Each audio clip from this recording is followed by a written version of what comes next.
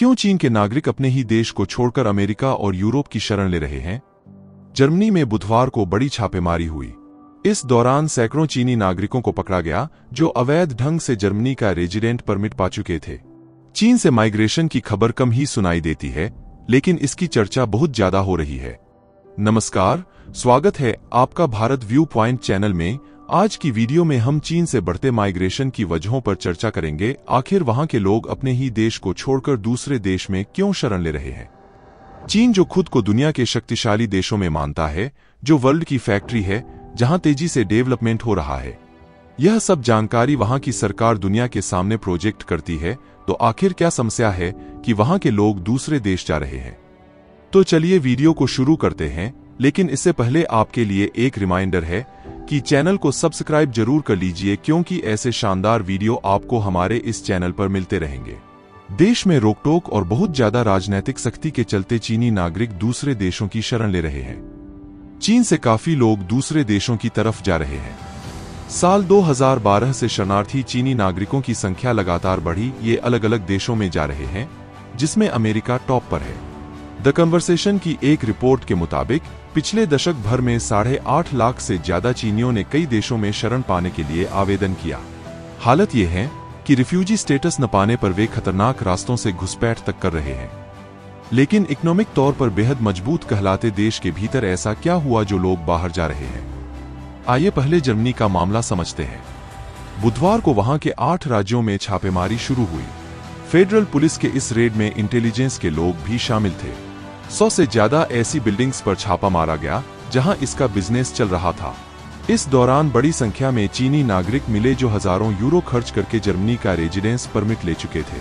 मानव तस्करी का एक पूरा गैंग काम कर रहा है, जो अलग अलग देशों के जरूरतमंद लोगों को पैसों के बदले जर्मनी ला रहा है। फिलहाल उन पर कार्रवाई जारी है, लेकिन चीन के मामले बाद ये काफी हाईलाइट हो गया है। साल 1882 से लेकर 1943 तक अमेरिकी सरकार ने चीनी मजदूरों के आने जाने पर बैन लगा दिया था। ऐसा कई वजहों से किया गया था। इसमें इकोनॉमिक कंपटीशन के डर का कम था, और ये डर ज्यादा था कि चीनी नागरिक अमेरिका में रहने वालों के रिसोर्सेज पर कब्जा कर लेंगे। क्योंकि हर चीज का जुगाड़ करने में आगे चीनियों ने इसकी तोड़ भी निकाल ली। वे मैक्सिकन नाम रखने लगे और कामचलाऊ मैक्सिकन बोलने लगे और मैक्सिको के रूट से अमेरिका में घुसपैठ करने लगे। और तब अमेरिका और मैक्सिको में आवाजाही आसान थी। 1943 में चीनियों पर से बैन का नियम ढीला पड़ा और एंट्री ज्यादा तेजी से होने लगी। अब ये और भी बढ़ चुकी है। लेकिन सवाल यह है कि चीन तेजी से डेवलप करने वाला देश है और कई मामलों में दुनिया के अन्य डेवलप देशों से भी आगे निकल चुका है। लेकिन फिर भी चीन के लोग दूसरे देश क्यों जा रहे हैं? दरअसल कोविड-19 के दौरान चीन की सरकार ने नागरिकों पर काफी सख्ती की।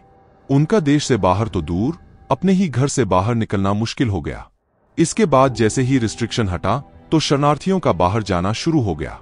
वहां के लोगों का अपने देश को छोड़कर बाहर जाने की कई वजह हैं। इसमें एक सबसे बड़ी वजह है बेरोजगारी। चीन में शहरी युवाओं में बेरोजगारी दर 20.4% तक पहुंच चुकी है, जो राष्ट्रीय बेरोजगारी दर से 4 गुना ज्यादा है। पढ़े लिखों के पास नौकरी नहीं है। कोविड के दौरान बिजनेस भी काफी बंद हुए थे। दूसरा कारण यह है कि चीन में राजनीतिक सख्ती काफी ज्यादा है। यहां सत्ता में बैठी पार्टी काफी कुछ तय करती है, यहां तक कि विचारधाराएं भी।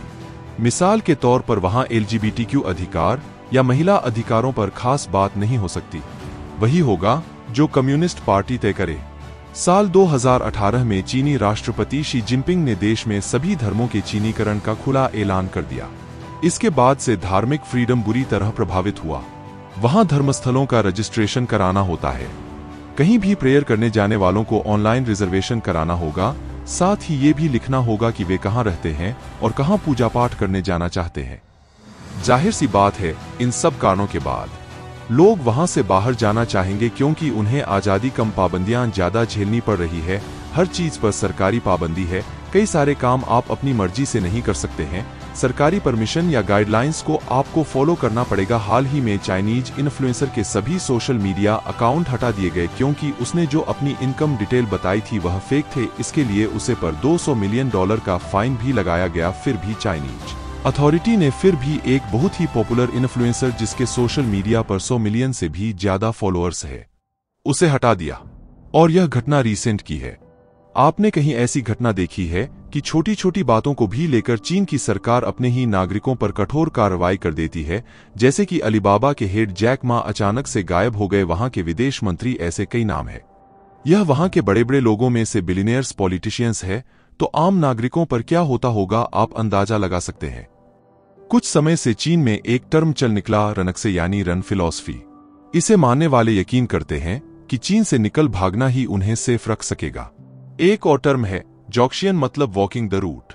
इस भाषा के पीछे घुसपैठ की पूरी कहानी है। ये टर्म वे लोग इस्तेमाल करते हैं जो लैटिन अमेरिका के रास्ते से अमेरिका पहुंच रहे हैं।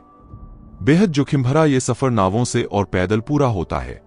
यूनाइटेड नेशंस के रिफ्यूजी डेटा फाइंडर में सिलसिलेवार बताया गया कि किस देश के लिए कितने चीनी नागरिकों ने असाइलम की अर्जी दी हुई है।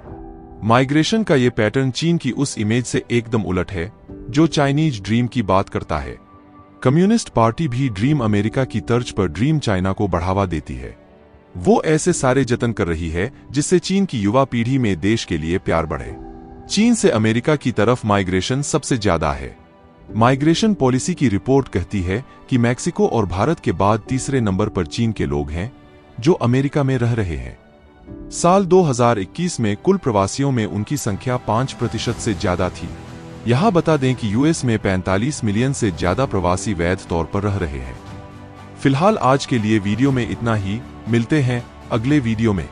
ऐसे ही इंसाइटफुल नॉलेज के लिए हमारे चैनल से जुड़िए और अगर आपको यह जानकारी अच्छी लगी तो प्लीज लाइक के बटन को क्लिक कीजिए। अगर कोई सुझाव हो तो हमें कमेंट में बताएं। साथ ही चैनल को सब्सक्राइब करना मत भूलिएगा। मिलते हैं अगले वीडियो में।